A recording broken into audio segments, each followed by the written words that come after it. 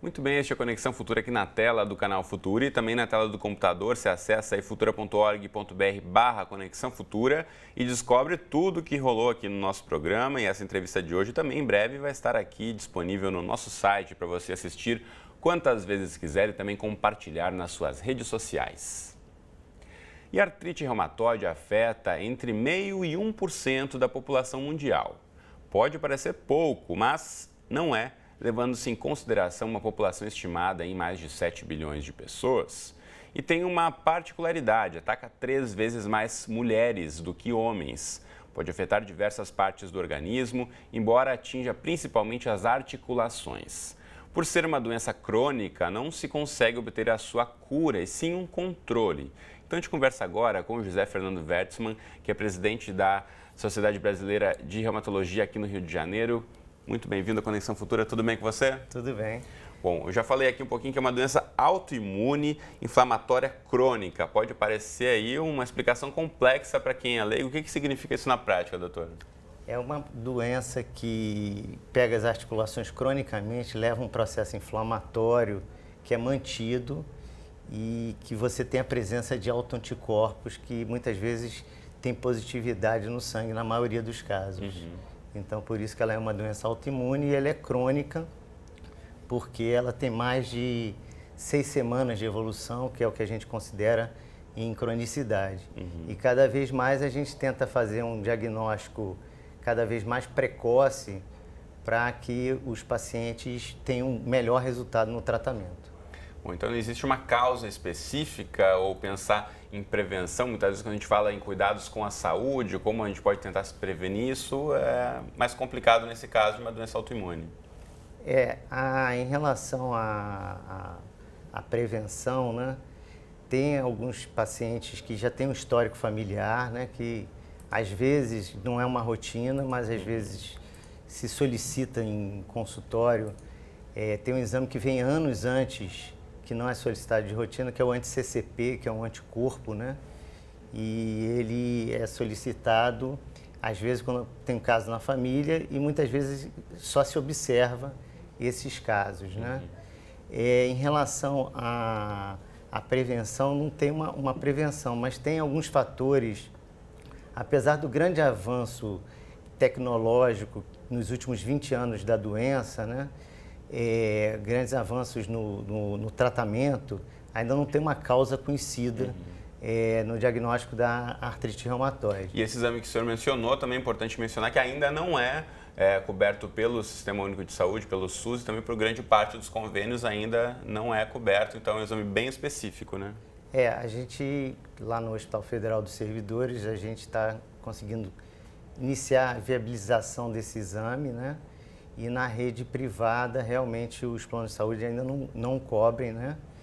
E é um exame complementar, ou seja, se o paciente não tem um fator reumatoide positivo e tem um quadro articular compatível, a gente muitas vezes pede esse exame, né? O que eu estava comentando é que, apesar do avanço, né, nesses últimos anos,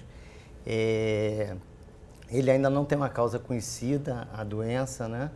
Mas tem alguns fatores ambientais que são importantes.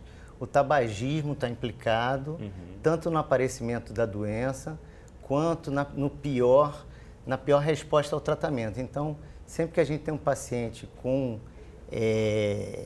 já com diagnóstico e vai iniciar o tratamento, e sendo tabagista, ele tem que tentar parar de fumar, porque os remédios vão ter uma ação menor, uma eficácia menor também, além dele poder engatilhar a doença, né? E no caso de um tratamento que não é bem desenvolvido ou que não é bem aceito pelo paciente, pode prejudicar a questão dos movimentos, né? Então, assim, a médio e longo prazo pode causar danos irreversíveis. Isso é uma coisa fundamental.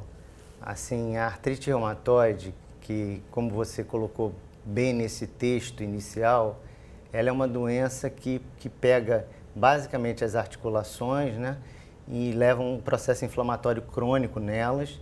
Se não tratada, ela vai levando a lesões na cartilagem, no osso, e leva a deformidades tendíneas, limitações funcionais. Isso daí leva alteração da qualidade de vida do paciente. E o diagnóstico precoce é muito importante porque 70% das lesões e das erosões ocorrem nos 2 primeiros anos de doença. Então, se a gente consegue pegar esse paciente o mais precoce possível, a gente consegue prevenir esses danos articulares. E quais são esses sintomas iniciais, então, para a população poder ficar mais atenta, seja o próprio paciente ou vendo alguém, algum familiar, algum amigo que está passando por uma situação como essa? Se começa algum tipo de sintoma, por exemplo?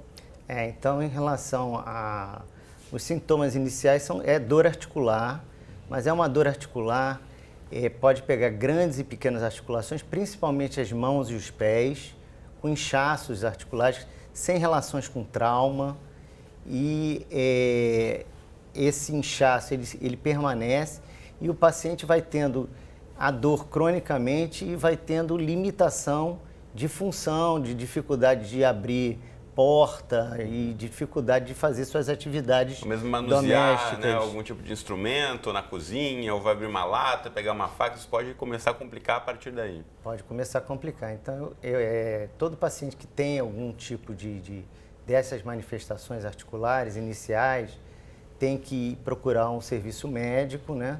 E inicialmente, muitas vezes, o clínico, o médico de família que o avalia e aí referencia para nós reumatologistas, já que os reumatologistas são os médicos indicados no tratamento da artrite reumatoide. Agora a gente tem a questão do dado de atingir principalmente mulheres, né? 3 mulheres para cada homem, mais ou menos. Tem alguma relação com a gestação? Por que as mulheres são mais acometidas com essa doença? Talvez tenha um componente hormonal que ainda não se sabe bem, né?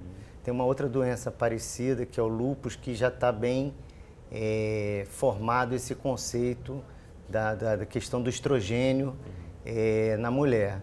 Mas em relação à artrite reumatoide, talvez tenha algum componente hormonal. Em relação à gestação, tem uma coisa interessante que na gestação o quadro articular pode melhorar e na amamentação pode piorar esse quadro articular após a gestação.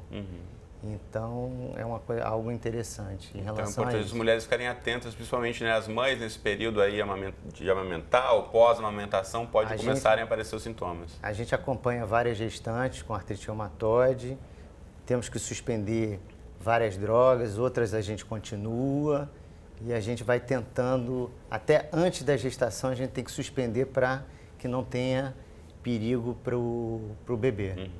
Alguns medicamentos são contraindicados Mas na é importante gestação. a gente ressaltar aqui que há um tipo de tratamento para tentar amenizar os sintomas, né, e que a qualidade de vida desse paciente seja mantida e com o diagnóstico precoce, quanto antes for de fato o diagnóstico do especialista em relação a esse problema, pode se manter aí uma qualidade de vida dentro do adequado. Agora, olha só, na internet você pode buscar outras informações no site da Sociedade de Reumatologia do Rio de Janeiro. Você pode acessar aí reumatorj.com.br, está aí na sua tela.